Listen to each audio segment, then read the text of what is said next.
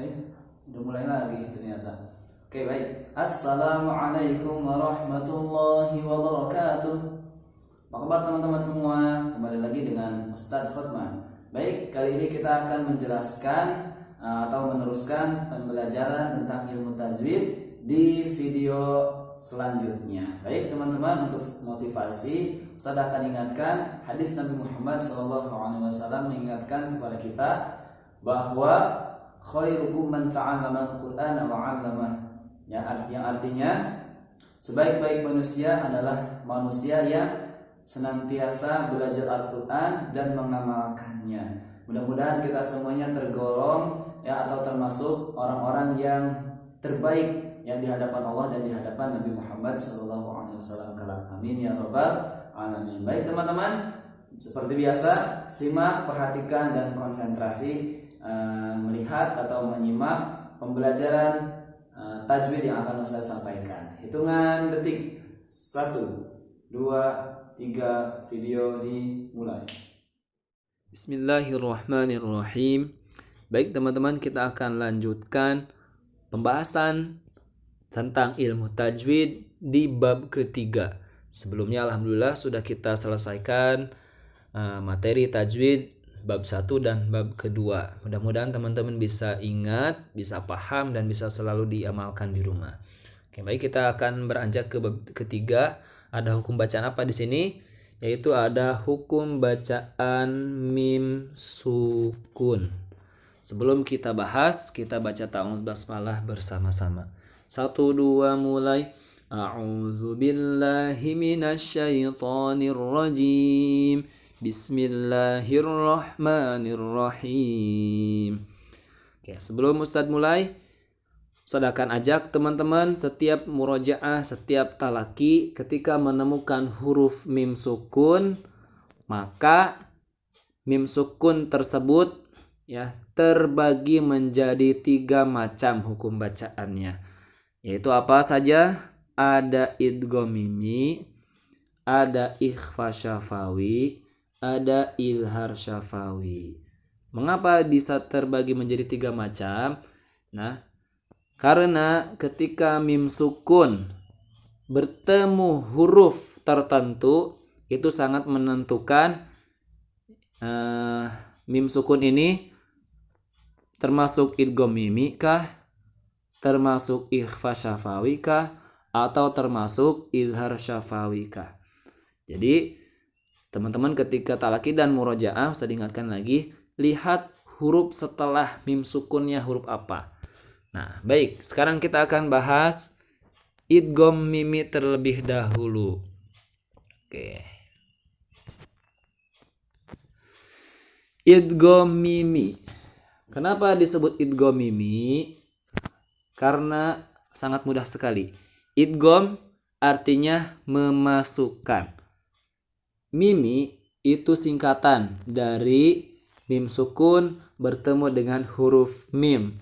Nah, dari namanya saja teman-teman sudah pasti paham ya. Jadi yang dimaksud idgham mimi itu adalah mim sukun bertemu dengan huruf mim. Nah, cara membacanya gimana? Cara membacanya itu ditahan dulu suaranya 3 harokat. Oke, kita langsung perhatikan ke contohnya yang pertama. Di sini ada surat Al-Quraisy ayat 4. Kalimatnya at'amahum min. Awas tuh, di situ ada mim sukun bertemu dengan huruf mim lagi. Nah, ini jangan dibaca at'amahum min. Jangan dibaca langsung ya, jangan terburu-buru. Tapi ketika mim sukun bertemu dengan huruf mim, itu harus ditahan dulu suaranya 3 harokat. At'amahum min, tuh, hum min. Nah, ini adalah hukum bacaan idgham mimi karena mim sukun bertemu dengan huruf mim.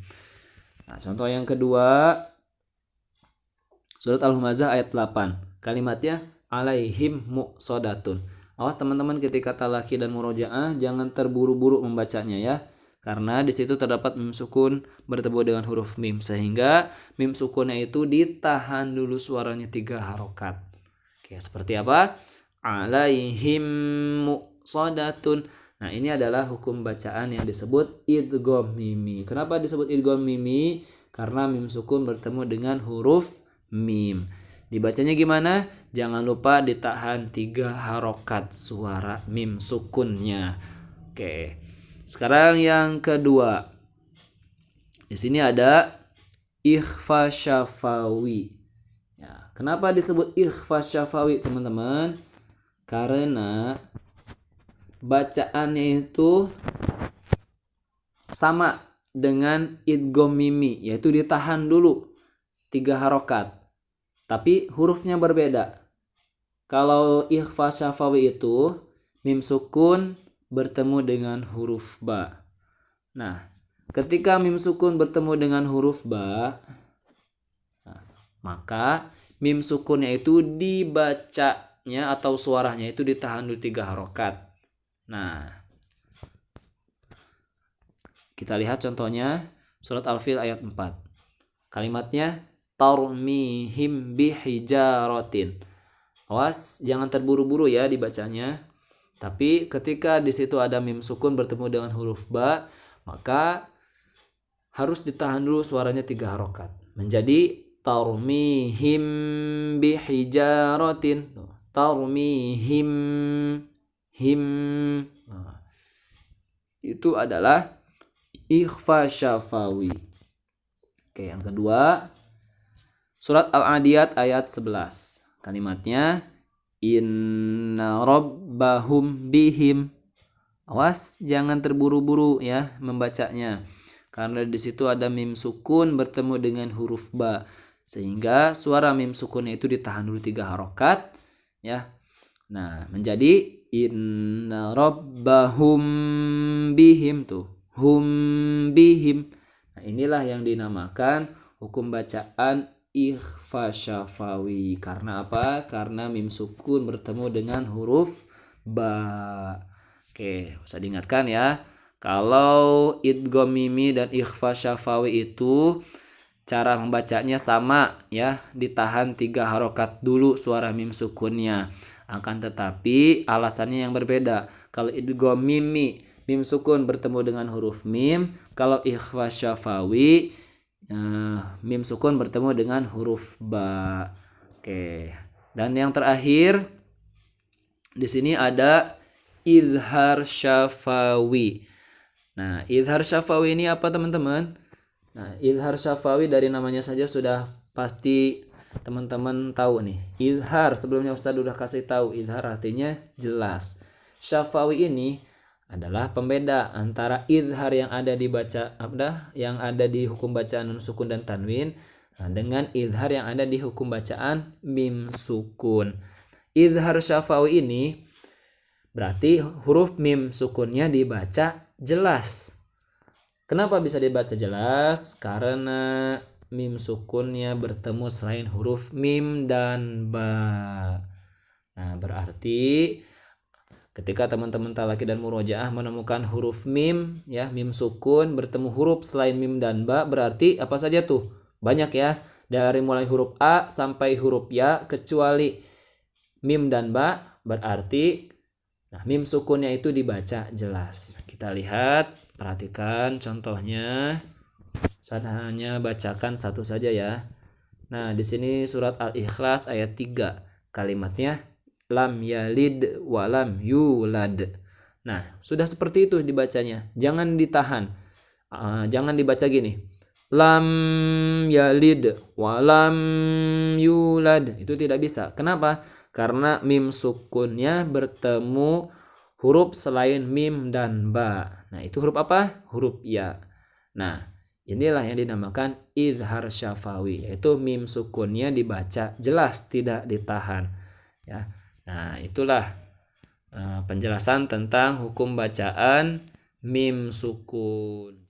Shadaqallahul azim. Nah, itu dia teman-teman penjelasan materi tentang ilmu tajwid yang sudah Ustaz bahas. Semoga teman-teman bisa memahaminya dan bisa mengamalkannya di rumah ketika talaki dan murojaah hafalannya.